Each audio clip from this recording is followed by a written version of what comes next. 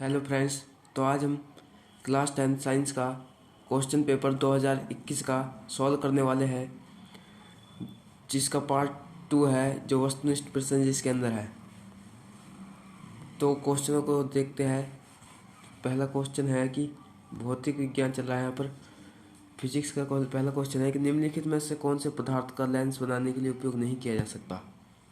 तो ऐसा कौन सा पदार्थ है जिसका उपयोग लेंस बनाने के लिए नहीं किया जा सकता। जल का हम लेंस बना सकते हैं, प्लास्टिक का बना सकते हैं और कांच का तो बनता ही है, और मिट्टी का लेंस बना नहीं सकते। इसलिए टी इसका बिल्कुल ही सही आंसर है। अगला क्वेश्चन है, अभिनेत्र लेंस की फोकस दूरी में परिवर्तन किया जाता है। जो अभिनेत्र लेंस होता है उसकी फोकस दूरी को परिवर्तित किसके द्वारा किया जाता है, तो पक्षमापी पेश द्वारा किया जाता है। तो सी इसका बिल्कुल ही सही आंसर है। तो अगला क्वेश्चन है, मोमबत्ती के जलने पर रासायनिक ऊर्जा परिवर्तित हो जाती है।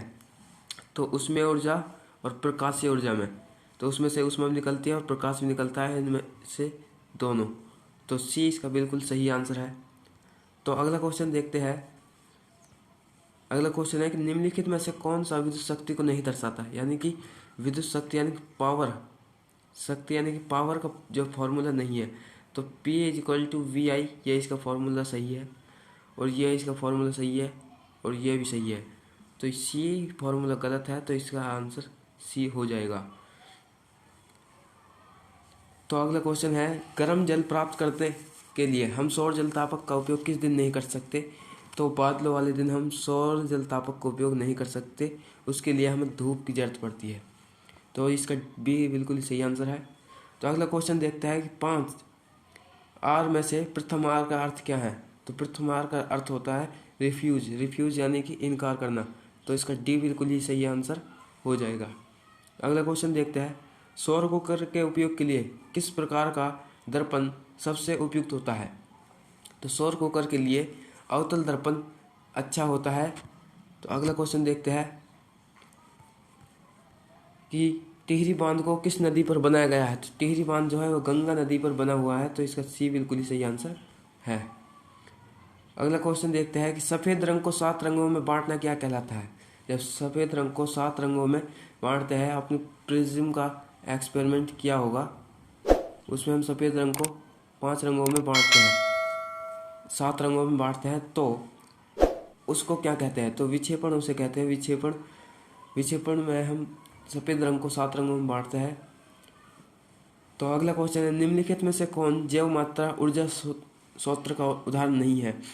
यानी कि जो लकड़ी जो है वो भी जैव मात्रा सौर ऊर्जा का उदाहरण है, गोबर गैस भी और कोयला भी। तो नाभिकीय ऊर्जा इसका उदाहरण नहीं है। तो अगला क्वेश्चन देखते हैं। अब रासायनिक विज्ञान आ जाती है आपकी। तो क्वेश्चन है, इमली में पाए जाने वाले अम्ल का नाम लिखिए। जो इमली में पाया जाता है जो अम्ल, उस अम्ल का नाम क्या होता है। तो टार्टरिक अम्ल जो है इमली में पाया जाता है। टार्टरिक अम्ल इमली में पाया जाता है। तो टार्टरिक इसका बिल्कुल ही सही आंसर हो जाएगा। तो अगला क्वेश्चन देखते हैं कि मैग्नीशियम रिंगन को जलाने से पहले साफ क्यों किया जाता है।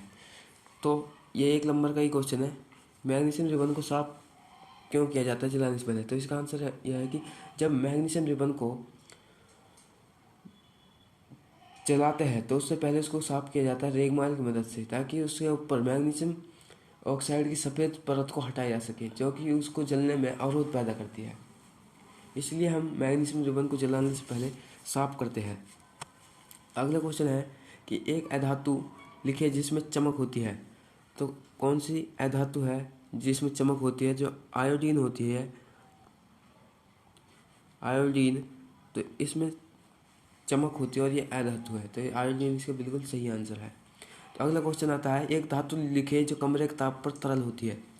ऐसी धातु का नाम बताइए जो कमरे के ताप पर तरल होती है। जो जो पारा होता है, जो पारा यानी कि Hg जो है कमरे के ताप पर द्रव होती है।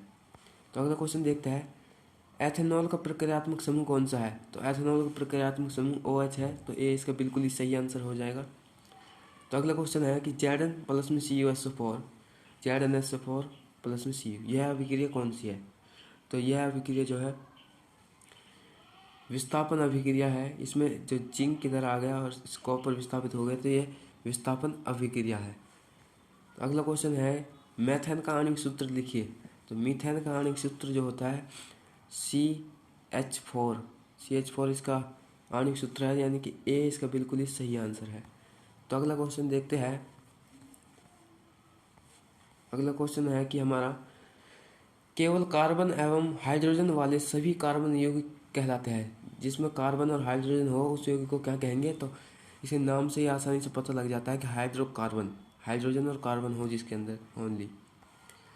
अब जीव विज्ञान आता है, हमारी बायोलॉजी। तो पादप में जाइलम उत्तरदायी है, पादप है उसमें जाइलम उत्तरदायी है, तो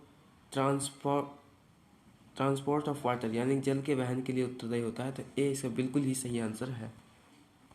तो पायरुवेट के विखंडन से यह कार्बन डाइऑक्साइड जल तथा ऊर्जा देता है और यह क्रिया होती है। तो यह क्रिया माइटोकॉन्ड्रिया में होती है। तो बी इसका बिल्कुल ही सही आंसर हो जाएगा। अगला क्वेश्चन है कि अलैंगिक जनन मुकुलन द्वारा होता है। तो यीस्ट में जो है अलैंगिक जनन मुकुलन द्वारा होता है। तो बी इसका बिल्कुल ही सही आंसर है। और परागकोश में होते हैं। तो परागकोश में क्या होता है? परागकोश के अंदर जो है परागकण होते हैं। तो डी इसका बिल्कुल ही सही आंसर हो जाएगा। निम्नलिखित में से कौन सा प्राकृतिक पारितंत्र नहीं है? तो वन जो है वो एक प्राकृतिक पारितंत्र है, झील एक प्राकृतिक पारितंत्र है, तालाब एक प्राकृतिक पारितंत्र है। लेकिन जो खेत एक प्राकृतिक पारितंत्र नहीं है, क्योंकि किसान इसे खुद बनाता है। तो इसका डी बिल्कुल ही सही आंसर है। अगला क्वेश्चन है कि निम्नलिखित में से कौन पर्यावरण मित्र व्यवहार कहलाते हैं? यानी कि इसमें से कौन सा कार्य जो है पर्यावरण मित्र व्यवहार कहलाता है? तो पहला है कि कपड़े का थैला प्रयोग करना। ये पर्यावरण के लिए बहुत ही सही है, तो ये भी सही है। दूसरा है बिना जरूरत के लाइट तथा पंखे बंद करना, ये भी सही है। और विद्यालयों तक पैदल जाना, ये भी सही है। तो डी इसका बिल्कुल ही सही आंसर है, उपरोक्त सभी। अगला क्वेश्चन देखते हैं कि मेरुरज्जु किससे रक्षित होता है? यानी कि मेरुरज्जु जो है किससे रक्षित होता है? उसे वर्टिब्रल कॉलम या फिर उसे बैकबोन कहते हैं, उससे रक्षित होता है। कशेरुकदंड या रीढ़ की हड्डी से। तो ये इसका बिल्कुल ही सही आंसर हो जाएगा। हमारे शरीर में नियंत्रण एवं समन्वय का कार्य हार्मोन तथा खालिस्तान द्वारा होता है। तो हमारे शरीर में नियंत्रण समन्वय कार्बन एक तो हार्मोन करता है और एक कौन करता है? तंत्रिका तंत्र। डी इसका बिल्कुल ही सही आंसर है। हार्मोन और तंत्रिका तंत्र हमारे शरीर में सभी समन्वय के कार्य करते हैं, नियंत्रण और समन्वय के।